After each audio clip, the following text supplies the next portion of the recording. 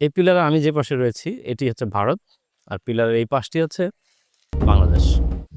লোকমুখে প্রচলিত রয়েছে এই বাড়ির ধ্বংসাবশেষের বেশ কিছু অংশ ভারতে চলে গিয়েছে।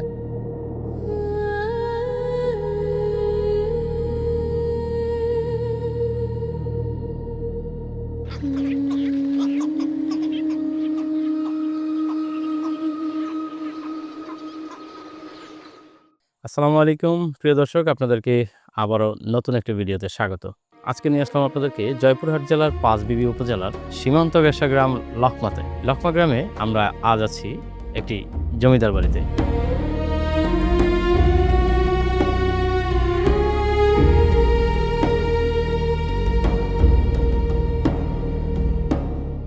এক সময় এই রাজবাড়িতে ছিল বহু কক্ষ, বিশাল উঠান, চারপাশে ছিল পুকুর, অন্যান্য নানা স্থাপনা।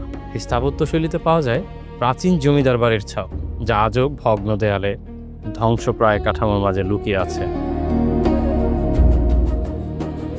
সময়ের প্রবাহে বিলুপ্ত হয় জমিদারি প্রথা, ধীরে ধীরে আলাদা থাকে জমিদারি জৌলস।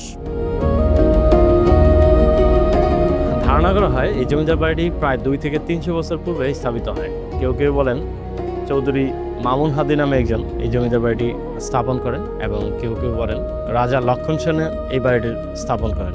এই জন্য এলাকার মধ্যে একটি ধোঁয়াশা রয়েছে এই বাড়িটির প্রকৃত স্থাপত্যকে, তাই এই জমিদার বাড়ির প্রকৃত ইতিহাস আমরা জানতে পারিনি।